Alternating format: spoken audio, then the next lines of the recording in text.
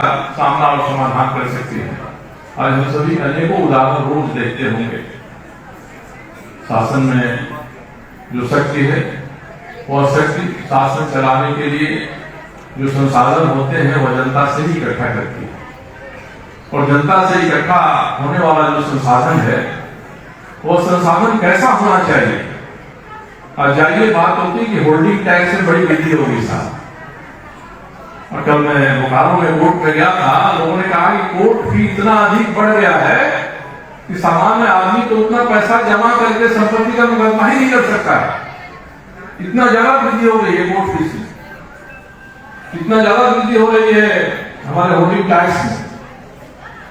आज शहरीकरण की रफ्तार पूरी दुनिया में बदल रही है।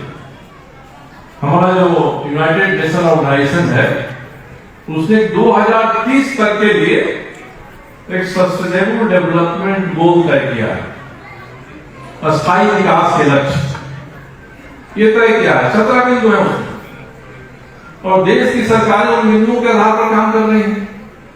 शहरी विकास के लिए बहुत पैसे आ रहे हैं, मगर शहरी विकास का खका क्या होना चाहिए। 44 नगर पालिका हमारे राज्य में है, उसमें नगर निगम भी है, नगर परिषद भी है, नगर पंचायतें भी है। शहरी विकास का खाका जिस तरह से खींचा जा रहा है वो हमारी पीढ़ी के लिए एक बड़ी चुनौती का विषय बन गया है। शहरी विकास हमारी नदियों को गंदा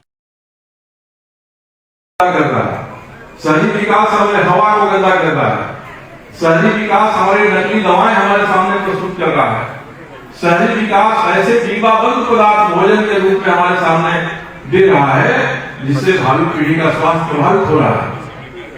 तो शहरीकरण के कारण से करीब 50% आबादी आज शहरों में रहने वाली आबादी हो गई है। 10 साल में और बढ़ जाएगी। तो जो शहरी जनजीवन है वो जनजीवन कैसा होना चाहिए। किसी नगर पालिका में जाइए, अरबों रुपए आ रहे हैं विकास के लिए। शहरीकरण के विकास का खाका किसी के पास नहीं है, किसी दल के पास, किसी सरकार के पास। हम पुराने योजना आयोग के दस्तावेजों को पढ़े तो 1980 से इस दिशा में प्रयास हो रहे हैं हमारे शहर साफ कैसे होने चाहिए, और उसके विपरीत हमारे शहर ऐसे हो रहे हैं कि कई शहरों को उजाड़ने की बात हो रही है। तो विकास का जो ढांचा है, ये विकास का ढांचा मैं इसलिए कर रहा हूं कि शहरों में रहना दिन प्रतिदिन महंगा होते जा रहा है। अव्यवस्था हो गई है, कानून बने हैं कि नक्शा पास करा के मकान बनेंगे। देखिए कितना उसका उल्लंघन हो रहा है। जो नक्शा पास कराता है 3 तल्ले का बना देता है 6 तल्ला। संसाधनों को दबाव पड़ता है, और धनबाद से निकलने वाले नाले सीधे दामोदर में जाकर गिरते हैं, उनके पानी का शोधन नहीं करते हैं। तो जो खास करके शहर बन रहे हैं, बढ़ रहे हैं, इन शहरों पर हम नहीं विचार करेंगे। तो अब तो सरकारें यही कहने लगी हैं कि नगर पालिकाओं को स्वावलंबी होना चाहिए। नगर निगम के क्षेत्र में रहने वालों पर टैक्स बढ़ा देना चाहिए। तो इस तरह से टैक्स बढ़ते जाएंगे तो कैसे हमारा शहरीकरण स्वस्थ होगा। आज ये बहुत बड़ा सोचने का विषय है। इससे हमारे सामने जो नगर पालिका के चुनाव आ रहे हैं, उन चुनावों पर हमको अपनी दृष्टि देनी पड़ेगी, ध्यान देना पड़ेगा। नगर पालिकाओं के चुनाव अगले महीने होने वाले हैं, तो हमारा प्रतिनिधि कैसा चुन कर जाना चाहिए, उसके पास शहरी विकास का कोई खाका है कि नहीं है, क्या वो इसीलिए आ रहा है कि सरकार की तरफ से जो संसाधन हमारे पास आ रहे हैं, मिल रहे हैं, उन संसाधनों का हम उसी तरह से दुरुपयोग करेंगे। ठेकेदारी सिस्टम प्रभावी हो गया है, और ठेका देने में भी आप सभी जो प्रबुद्ध हैं जानते हैं कि अब तय कर लेती है व्यवस्था कि ठेका हमको अमुक आदमी को देना है या अमुक व्यक्तियों के समूह को देना है। पहले ठेकेदारी में स्वस्थ प्रतिस्पर्धा होती है, तो समाप्त हो गया। विधायकों को कोई अधिकार नहीं होगा इस संविधान के आधार पर, मगर आज विधायकों का हस्तक्षेप शासन प्रशासन में इतना अधिक बढ़ गया है कि पुलिस के अधिकारी हैं या प्रशासन के अधिकारी हैं, विधायकों की दबंगी का थर-थर कांपते हैं। जबकि विधायक का इतना ही काम है कि आप चुने जाएंगे तो विधानसभा में जाकर सरकार की नीति बनाएंगे।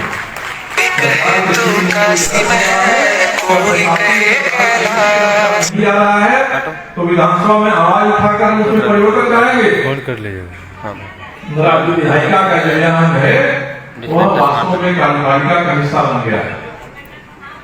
जो विधानसभा जो बजट पास करती है उस बजट को लागू कराने में समूह अपनी हिस्सेदारी मांगने लगा है और जो हिस्सेदारी नहीं देगा उसके लिए तरह तरह के का बखेड़ा खड़ा करना है।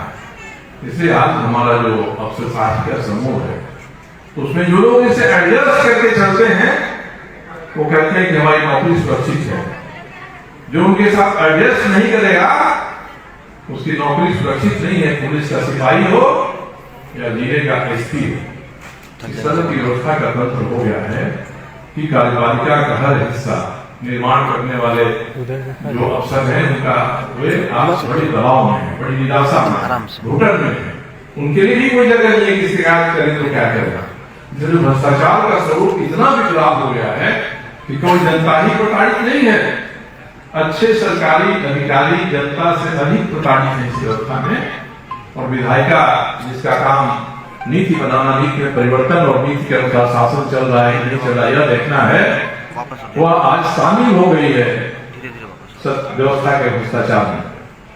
और शामिल हो गई है तो कोई उसको रोकेगा, कोई उसको टोकेगा, कोई उसकी बात नहीं मानेगा तो वह उसके लिए कदम कदम पर कठिनाई करने वाली है।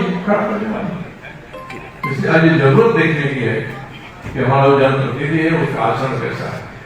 और खास करके हमारे सामने जो नगरपालिका के चुनाव आ रहे हैं तो उसमें तरह तरह के चेहरे आएंगे, उनमें अच्छे चेहरों पर दाव लगाने का प्रयास करना है। यह भी हमारे इस अभियान का एक अंग होना चाहिए ताकि हम व्यवस्था से भ्रष्टाचार को किस तरह से खत्म कर सकते हैं। इसलिए कई हिस्सों से हमको प्रयास करना होगा। तो हमारा उद्देश्य यही रहना चाहिए कि जो हमारे संविधान के निर्माताओं ने नियम कानून संविधान बनाया है, शासन उस संविधान और उस नियम कानून के तहत चले। ऐसा नहीं कि कदम कदम पर लोग कानून को ठेंगा दिखाते हुए दिखाई पड़े और व्यवस्था हमारी चुप रहे। साहब ये होगा तो इसका सबसे अधिक नुकसान नौजवान को होगा, सबसे अधिक नुकसान कमजोर वर्ग को होगा। 1972-73 में इंदिरा जी ने आवाज उठाया था कि साहब गरीबी हटाओ, और आज तो गरीबों की संख्या बढ़ते जा रही है। गरीब और अमीर के बीच की खाई बढ़ते जा रही है। आज हमारे पूरे देश की संपत्ति मुश्किल से 10% लोगों के हाथ में है और 100 में 99 लोग हैं जो आश्रित हो गए वैसे लोगों पर। जब ये स्थिति होगी, जब अमीरी गरीबी का अंतर, आमदनी का अंतर इतना बढ़ता जाएगा तो हमको समझना होगा हमारी कानून व्यवस्था फेल हो गई है। हमारे संविधान कानून उनके द्वारा फेल किए जा रहे हैं जो लोग निहित स्वार्थों से प्रेरित हैं।